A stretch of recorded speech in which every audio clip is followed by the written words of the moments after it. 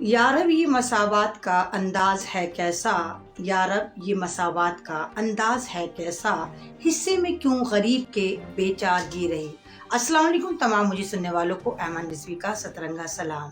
और मुद्दे बहुत ज़्यादा गंभीर से गंभीरतर होते चले जा रहे हैं। जैसे आप लोग जानते हैं कि उत्तर प्रदेश में इलेक्शन है और वहाँ पर फेंटाकोला बाबा को अपनी हार साफ नज़र आ रही है। इसी हार को मद्देनज़र रखते हुए कुछ भगवा आतंकवादी और इनको चाहिए, इनकी बटालियन में आतंकवाद थोड़ा कम पड़ गया है, इसीलिए इन्होंने एक धर्म संसद का आयोजन करके अपने धर्म को संकट में डालने का काम करा। जैसे आपने देखा कि 3 दिन तक लगातार हरिद्वार में धर्म संसद नाम से एक ऐसा उत्पात मचाया गया जहां जनाब धर्म की तो बात ही नहीं करी गई।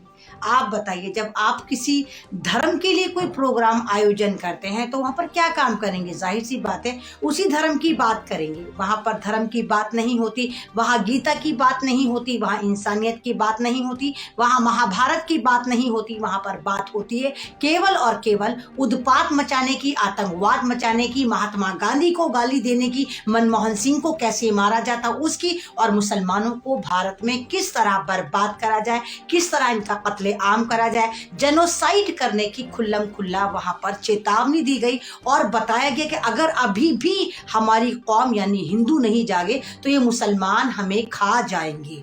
जो मुसलमान मात्र यहाँ पर 25% हैं, वो मुसलमान जिन्होंने भारत में 1000 साल राज करा और सवाल नहीं कि किसी हिंदू को जबरन धर्म परिवर्तन कराया हो, उन मुसलमानों से ये डरने की दुहाई दे रहे हैं, उनको मारने की खुल्लम खुल्ला ये एक तरह से गूंज दे रहे हैं। यहाँ तक कह दिया गया कि सत्य में विजेते नहीं होना चाहिए, शत्रु में विजेते होना चाहिए। 5000 का मोबाइल रखो लेकिन तमाम के तमाम जदीद तरह के हथियार लो ताकि तुम मुसलमानों को मार सको। जब तुम मुसलमानों को मार दोगे तो उनकी प्रॉपर्टी, उनकी बेटियां सब तुम्हारी होंगी, फिर जो मर्जी तुम ऐश करना। ज्यादा बच्चे पैदा करने का भी यहाँ पर एक गूंज दी गई। कमाल की बात ये, तमाम फर्जी भगवादारी जिन्होंने आज तक छछुंदर का बच्चा पैदा नहीं करा, वो वहां पर ज्यादा बच्चे पैदा करने के लिए आपको मशवरा दे रहे थे, जो खालिस आपका पर्सनल मैटर है। सवाल ये उठता है क्या उन पर कार्रवाई हुई? बिल्कुल भी नहीं। पुलिस ने कह दिया सब कुछ चंगा सी है, हम तो खुद ऐसा ही चाहते हैं। जाहिर सी बात है जब सरकार द्वारा कोई ऐसा प्रोग्राम कोऑर्डिनेट करा जाता है जहां पर उत्पात और आतंकवाद मचाया जाता है, वहां पर कार्रवाई होगी। जहां पर तड़ी पार यानी जिस मुल्क का तड़ी पार खुद एक क्रिमिनल हो, जिसको एक स्टेट से धक्के मार के गुजरात से बाहर कर दिया गया हो, फिर उसको आप पूरी सत्ता दे करके हैं कि ले भाई भारत की हिफाजत कर। कोई गुंडा कभी किसी चीज की हिफाजत करता है? गुंडा गुंडाई करता है, शरीफ शराफत दिखाता है। तो जब आपने ऐसे ऐसे लोगों को सत्ता हाथ में दी तो फिर इस तरह के धर्म संसद अधर्मी द्वारा चलाया जाना हैरत की बात नहीं है। उसी वक्त दिल्ली में भी चलाया गया जो एक आतंकी चैनल है सुदर्शन टीवी, उसने भी यहाँ उत्पाद मचाया। अब इन्होंने देखा कि हमारे पे तो कोई कार्रवाई ना हो रही, ना हो सकती, किसी में हिम्मत ही नहीं, क्योंकि तमाम के तमाम वो भगवा आतंकवादी जो आपको मोदी जी के साथ हंसते बोलते मुस्कुराते पिक्चर्स में नजर आते हैं। दिल्ली में होने के बाद आप देखिए रुझान आने शुरू हो गए हैं, मॉब लिंचिंग होनी शुरू हो गई है। इन्हीं को देखते हुए एक छत्तीसगढ़ का कल्लू कलन कालिया यानी गालिया, स्वामी गालिया जो था, स्वामी गाली चरण, उसने भी महात्मा गांधी को गालियां देने में तमाम ऑलवी रिकॉर्ड कायम करे, इतनी अभद्र भाषा यूज करी। महात्मा गांधी को गालियां दी जा रही हैं और इनमें ही एक आतंकी और एक और पैदा हुई जो नाम रख के बैठी है अन्नपूर्णा। वो महात्मा गांधी को राक्षस बता रही है और लगातार बयानबाजी दी जा रही है। जब कल्लू कल्लन कालिया ने इतनी गंदी लैंग्वेज यूज करी और काए काए करके इस काले कव्वे ने फिर रायपुर में उत्पाद मचाया जहां पर कांग्रेस की सरकार है, तो 3-4 दिन तक एफआईआर रही, कोई कार्रवाई नहीं हुई। जब कांग्रेस के अंदर हाथ डालकर लोगों ने सवाल करा, भाई यहाँ तो तुम्हारी सरकार है, तुम क्यों कार्रवाई नहीं करते? तो कांग्रेस ने मजबूरन जाकर कल्लू कालियन को गिरफ्तार करा, बड़ी मामूली दिफाएं लगाकर।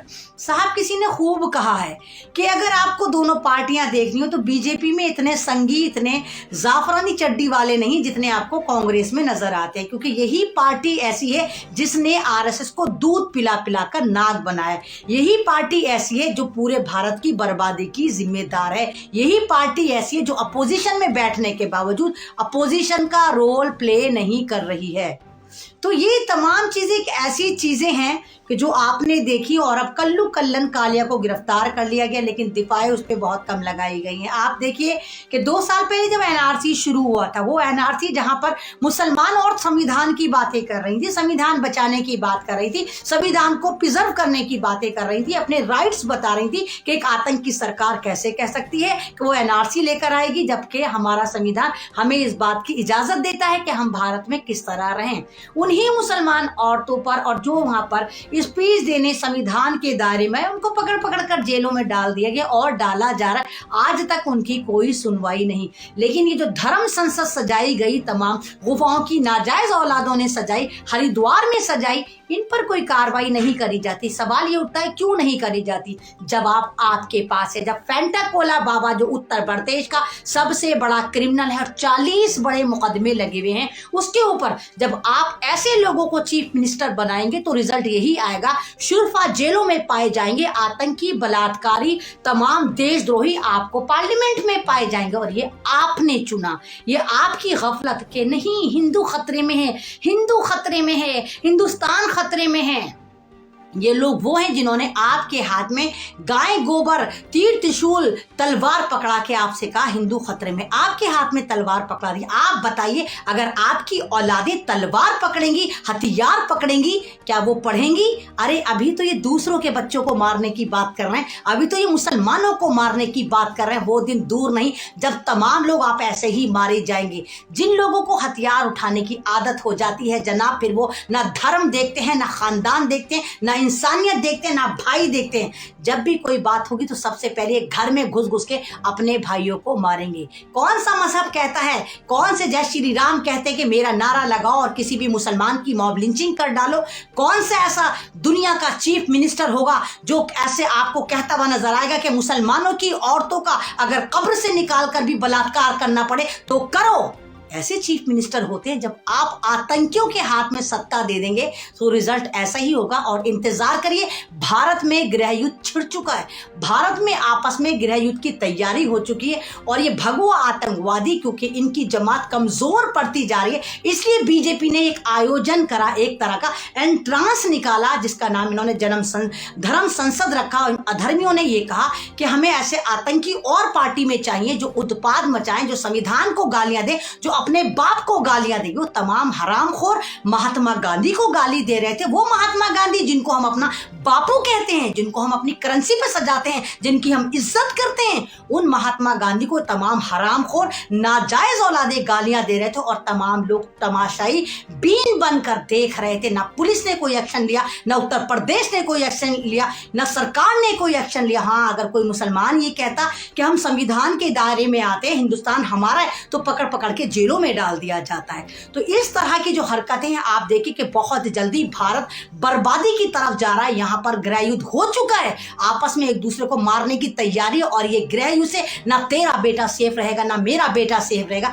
घरों में घुस घुस कर ये अपने भाइयों को भी मारेंगे। तमाम अधर्मी, तमाम ये जाफरानी, जितने भी फेंटाकोला बाबा की नाजायज औलादे, मठों की औलाद हैं, ये इंसानियत को तार तार करें। क्योंकि उत्तर प्रदेश में इनको अपनी हार साफ नजर आई। उत्तर प्रदेश में जो सर्वे हुआ है वहां पर इनको 70 सीटें भी नहीं मिल रही। यही वजह है, फर्जी बीमारी लेकर आए कि बेवड़ा जो वायरस है ये रात को आएगा, जिसका नाम इन्होंने ओमिक्रॉन रखा है, और जिसको ये अफ्रीका से लेकर आए। अफ्रीका ने कह दिया खबरदार WHO जो तुमने हमारा नाम यूज करा होगा। पूरा अफ्रीका खुला हुआ, लेकिन ओमिक्रॉन को भारत में अपॉर्चुनिटी की तरह कैश कराया जाएगा। रात को कर्फ्यू लगाया जाएगा। आप खुद बताइए, ये कोरोना वायरस जो कि रात में शराब पीता है, बेवड़ा होके घूमता है, रात में क्यों?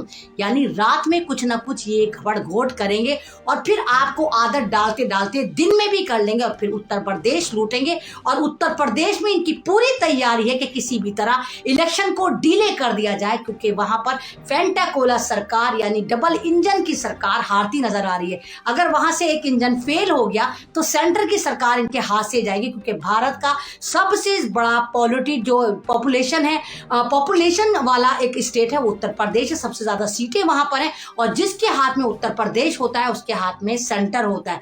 ये तमाम की तमाम कार्रवाई हैं उत्तर प्रदेश के इलेक्शन को मद्देनजर रखते हुए करी गई, क्योंकि जितनी भी इनकी रैलियां चल रही हैं, भगवा रैलियां चल रही हैं, बीजेपी वालों की रैलियां चल रही हैं, वहां पैसे दे देकर भी लोग नहीं आ रहे। स्कूल बंद कर दिए हैं, बसेस फ्री में लगा दी हैं, 400 रुपए 500 रुपए 15-15 हजार का लालच दिया जा रहा है। उसके बावजूद रैली में निकलने के बाद लोग इनको गालियां दे रहे हैं और रैलियों में बिल्कुल कुर्सियां खाली हैं, इनके पास भीड़ नहीं है। उसी वजह से इस तरह के प्रोग्राम, इस तरह के आतंकी प्रोग्राम कोऑर्डिनेट कराने के बाद आपका माहौल, उत्तर प्रदेश का माहौल खराब करके मुसलमान समाज को हर बार टारगेट करा जाता है, क्योंकि मुसलमान सबसे इजी चुका है। यही वजह है कि नफरती लोगों ने धर्म संसद सजाए और अधर्मियों ने वहां पर धर्म की बात नहीं करी। हम मुसलमानों में इज्तिमा होते हैं, हमारे यहाँ एक बाकायदा इस्लामिक तरीके से इज्तिमा होते हैं जहां पर इस्लाम की बातें बताई जाती हैं, जहां पर आपको जिंदगी गुजारने के तरीके बताए जाते हैं, जहां पर आपको कलाम पाक की टीच दी जाती है, अल्लाह क्या वो बताया जाता है। इन अधर्मियों से पूछो, इन्होंने जो धर्म संसद सजाया था, क्या यहाँ पर अपने धर्म की बात करी थी? क्या इंसानियत की बात करी थी? बात करी थी बर्मा की, कि जिस तरह बर्मा में मुसलमानों को काटा जा रहा है, इसी तरह आप भारत में मुसलमानों को काटो। और रुझान आने शुरू हो गए, मुसलमानों की मॉब लिंचिंग करनी शुरू हो गई है। और अभी भी वक्त है, पूरे समाज से मैं हाथ जोड़कर विनती करती हूँ, अभी भी एक हो जाइए, नहीं तो एक एक करके तमाम लोग मारे जाएंगे। नफरती चिंटू निकल पड़े हैं तीर त्रिशूल तलवार लेके, और ये ना तेरी बेटी देखेंगे ना ये मेरी बेटी देखेंगे, ये सिर्फ उत्पाद मचाएंगे, भारत के संविधान को जलील करेंगे, ये भारत का बलात्कार करेंगे, संविधान का बलात्कार करेंगे, इंसानियत का बलात्कार करेंगे, और आपकी और मेरी बेटियों का बलात्कार करेंगे। तो अभी भी एक हो जाइए। शुक्रिया, अल्लाह हाफिज।